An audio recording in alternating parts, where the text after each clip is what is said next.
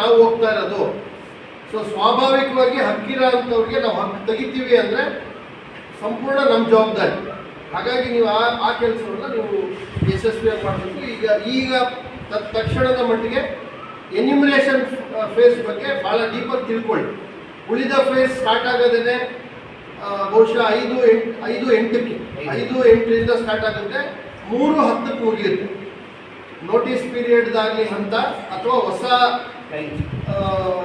Enrolment form 6 claims and objections, ಅವೆರಡೂ ಫೇಸ್ಗಳು 2 ತಿಂಗಳ ಟೈಮ್ ಇರುತ್ತೆ. ಆ ಫೇಸ್ಗೆ ಅವ್ರು ಕೊಡೋದಕ್ಕೆ ವೆರಿಫೈ ಮಾಡಿ ನಾವು ಡಿಸಿಷನ್ ತಗೊಂಡು ಅವ್ರನ್ನ ಕರಡು ಮತದಾರರ ಪಟ್ಟಿನಲ್ಲಿ ಸೇರಿಸ್ಕೊಳ್ಳೋದಕ್ಕೆ, ಅಂತಿಮ ಮತದಾರರ ಪಟ್ಟಿನಲ್ಲಿ ಅವ್ರು ಇರೋದನ್ನು ನೋಡ್ಕೊಳ್ಳೋಕ್ಕೆ ನಮ್ಗೆ 2 ತಿಂಗಳ ಸಮಯ ಸಿಗುತ್ತೆ.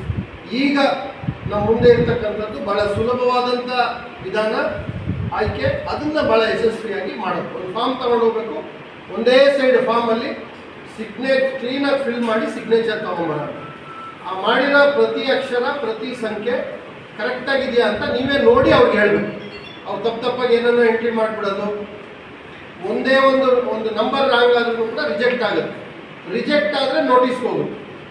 ತಿರ್ಗಾ ನೋಟಿಸ್ಗೆ ಹೋದರೆ ಈಗಾಗಲೇ ನಾನು ಹೇಳಿದ್ದೀನಿ ಅದು ಏನು ಮೆಥಡ್ ಅಂತ, ಅದು ಆಲ್ ಟುಗೆದರ್ ಡಿಫ್ರೆಂಟ್ ಮೆಥಡಾಲಜಿ.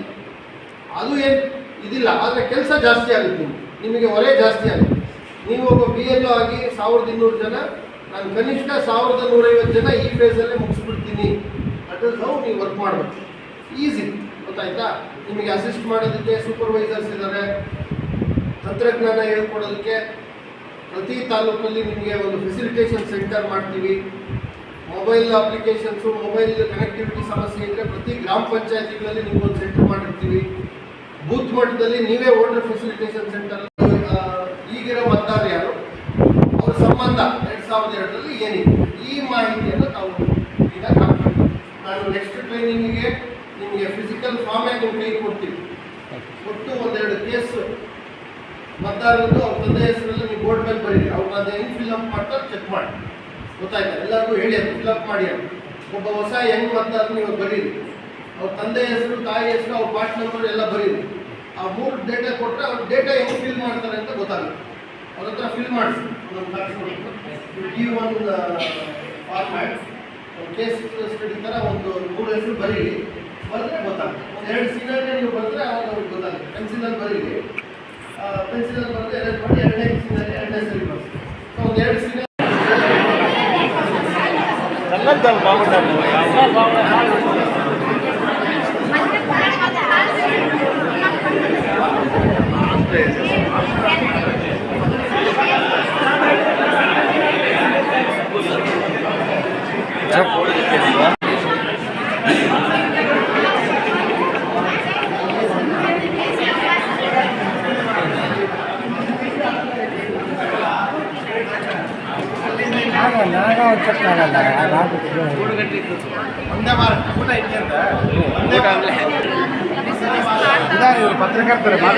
ಇರುತ್ತೆ ಎಲ್ಲ BLOಗಳಿಗೆ. ಸೊ ಇವತ್ತು ಕೊಡ್ತಾ ಇರೋವಂಥದ್ದು ಸಾಂಕೇತಿಕವಾದಂಥ ಬ್ರಾಡ್ ಆಗಿ ಏನು ಯಾವುದು ಮುಖ್ಯ. ಈ SIR ಹಿಂದೆ ಕಂಟಿನ್ಯೂಸ್ ಅಪ್ಡೇಷನ್ ಅಂತೆಲ್ಲ ಇತ್ತು.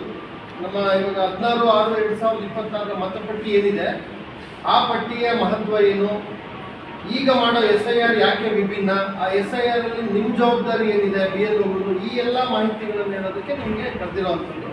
ಅದರಲ್ಲಿ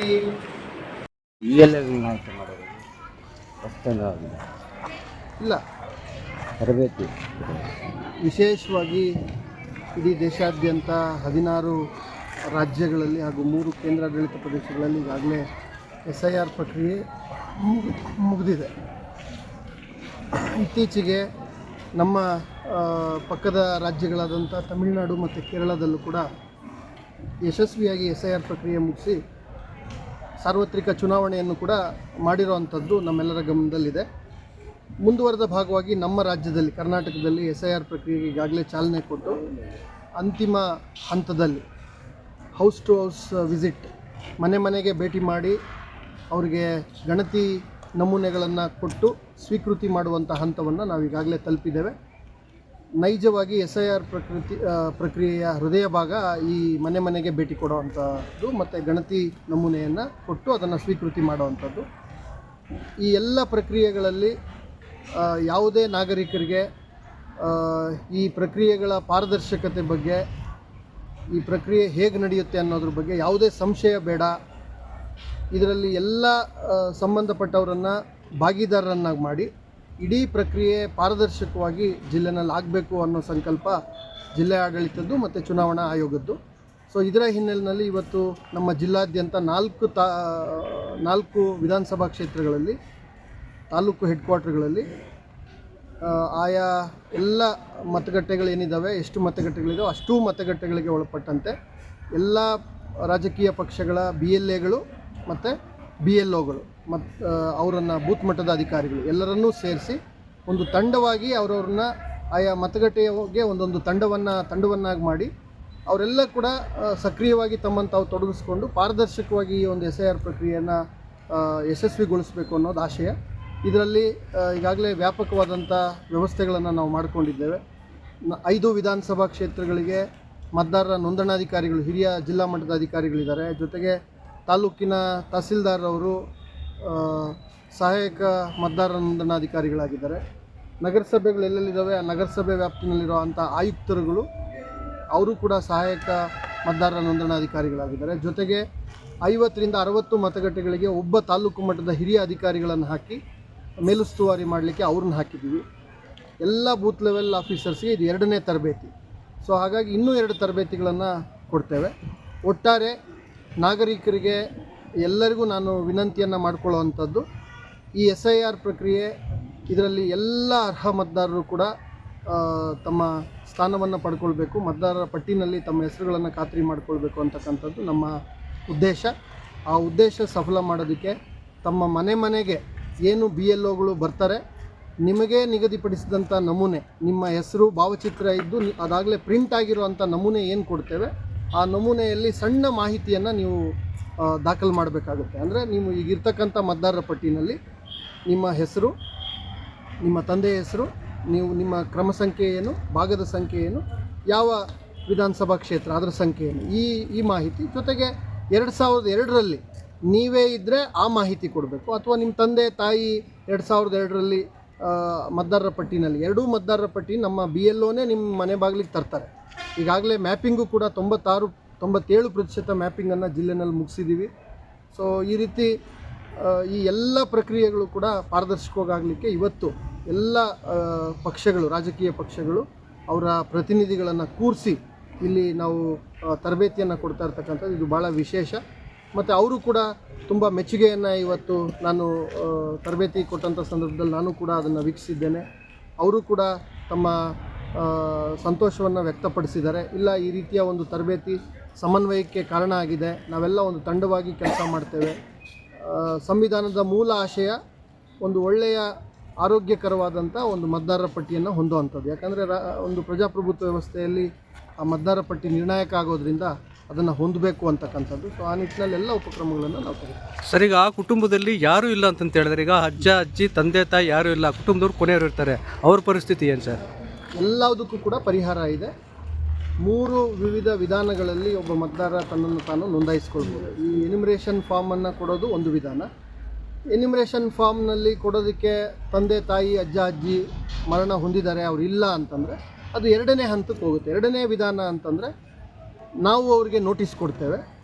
ಅವ್ರ ಹತ್ರ ಏನೇನು ದಾಖಲೆಗಳಿದೆ, ಏನೇನು ಬೇಕೋ ಅದೆಲ್ಲ ವಿಚಾರಣೆ ಮಾಡಿ, ಸ್ಥಳೀಯ ವಿಚಾರಣೆ ಮಾಡಿ, ಅವ್ರು ಎಲ್ಲಿ ಹುಟ್ಟಿದ್ರು ಏನು ಅಂತಕ್ಕಂಥದ್ದನ್ನೆಲ್ಲ ವಿಚಾರಣೆ ಮಾಡಿ ನಮ್ಮ ನೋಂದಣಾಧಿಕಾರಿಗಳೇನಿದ್ದಾರೆ ಅವರು ನಿಯಮಬದ್ಧವಾಗಿ ಆದೇಶವನ್ನು ಹೊರಡಿಸಿ ಅವರನ್ನು ಮತದಾರರನ್ನಾಗಿ ನೋಂದಣಿ ಮಾಡ್ತಕ್ಕಂಥದ್ದು 2ನೇ ವಿಧಾನ.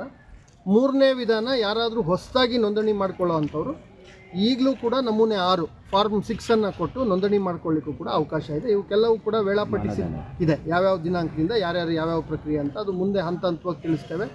ಈಗ ಪ್ರಸ್ತುತ ನಮ್ಮ ಮುಂದೆ ಇರ್ತಕ್ಕಂಥದ್ದು, ಈಗ ನಮ್ಮ ಹತ್ರ ಏನಿದೆ 16/6/26 ಮೊನ್ನೆ ಹೋದ ವಾರದ 16ನೇ ತಾರೀಕು ನಾವೇನು ಅಂತಿಮಗೊಳಿಸಿದ್ದೀವಿ ಮತದಾರರ ಪಟ್ಟಿ, ಆ ಮತದಾರರ ಪಟ್ಟಿನಲ್ಲಿ ಯಾರ್ಯಾರು ಮತದಾರರು ಅಂತೇಳಿ ನೋಂದಣಿಯಾಗಿದ್ದಾರೆ ಆ ಎಲ್ಲರಿಗೂ ಕೂಡ ಮನೆ ಬಾಗಿಲಿಗೆ ಎನ್ಯುಮರೇಷನ್ ಫಾರ್ಮ್ಸನ್ನು ತಲುಪಿಸುವಂಥದ್ದು, ಅದನ್ನು ಸಮರ್ಪಕವಾಗಿ ತುಂಬಿಸಿ ಅವರಿಂದ ಸ್ವೀಕೃತಿ ಮಾಡ್ಕೊಳ್ತಕ್ಕಂಥದ್ದು, ಅದನ್ನು ತಂತ್ರಾಂಶದಲ್ಲಿ ಅಳವಡಿಸ್ತಕ್ಕಂಥದ್ದು. ಈ 3 ಕೆಲಸಗಳು ನಮ್ಮ ಮುಂದೆ ಇರ್ತಕ್ಕಂಥ ಈಗ ಮೊದಲನೇ ದೊಡ್ಡ ಜವಾಬ್ದಾರಿ.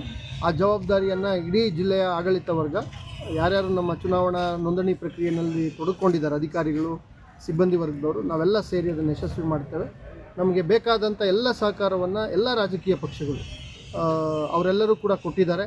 ಇಡೀ ಜಿಲ್ಲೆಯಲ್ಲಿ ವಿಧಾನಸಭಾ ಕ್ಷೇತ್ರವಾರು ತಮ್ಮ ಎಲ್ಲ BLAಗಳನ್ನು ನೋಂದಣಿ ಮಾಡಿ ಅವ್ರನ್ನ ಅಪಾಯಿಂಟ್ ಮಾಡಿ ನೇಮಕ ಮಾಡಿ ನಮಗೆ ಆ ಪಟ್ಟಿಗಳನ್ನು ಕಳಿಸ್ಕೊಟ್ಟು ಅವ್ರನ್ನೆಲ್ಲ ಸಕ್ರಿಯವಾಗಿ ತರಬೇತಿಗಳಲ್ಲಿ ಭಾಗವಹಿಸೋದಕ್ಕೆ ಸೂಚನೆಯನ್ನು ಕೂಡ ಕೊಟ್ಟಿದ್ದಾರೆ. ಅನೇಕರು ಇವತ್ತು ಬಂದು ಭಾಗವಹಿಸೋರು ಕೂಡ ಇದ್ದಾರೆ.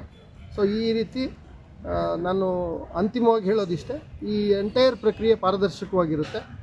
ಯಾರಿಗೆ ಏನೇ ಸಮಸ್ಯೆ ಇದ್ದರೂ ತಾಲೂಕಿನಲ್ಲಿ ಜಿಲ್ಲೆನಲ್ಲಿ ಹಿರಿಯ ಅಧಿಕಾರಿಗಳು ನೋಂದಣಾಧಿಕಾರಿಗಳಿರ್ತಾರೆ, ಅವರ ಕಚೇರಿಯನ್ನು ಭೇಟಿ ಮಾಡಿ ಸಂಪರ್ಕಿಸ್ಬೋದು. ಆ ಹಕ್ಕು ಮತ್ತು ಆಕ್ಷೇಪಣೆಗಳಿಗೂ ಕೂಡ ನಿರ್ದಿಷ್ಟವಾದ ಸಮಯ ನಿಗದಿಯಾಗಿದೆ. 5-8ರಿಂದ ಅದು ಆ ಒಂದು ಫೇಸ್ ಸ್ಟಾರ್ಟ್ ಆಗುತ್ತೆ. ಅಂಥ ಸಮಯದಲ್ಲಿ ಯಾರಾದರೂ ಆಕ್ಷೇಪಣೆಗಳು ಕೊಡೋದಿದ್ದರೆ, ತಮ್ಮ ಹಕ್ಕಿದ್ದು ಬಿಟ್ಟೋಗಿದೆ ಅಂತ ಅವ್ರಿಗೆ ಭಾವನೆ ಇದ್ದರೆ ಅಂಥವ್ರೆಲ್ಲರೂ ಕೂಡ ಹೋಗಿ ಸೇರಿಸ್ಕೊಳ್ಳೋದಕ್ಕೆ ಸಂಪರ್ಕ ಮಾಡೋದಕ್ಕೆ ಅವಕಾಶ ಇದೆ. ಅದು ಮಾಡಿ.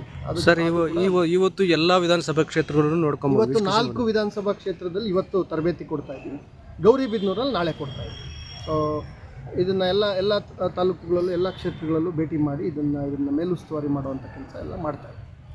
Thank you.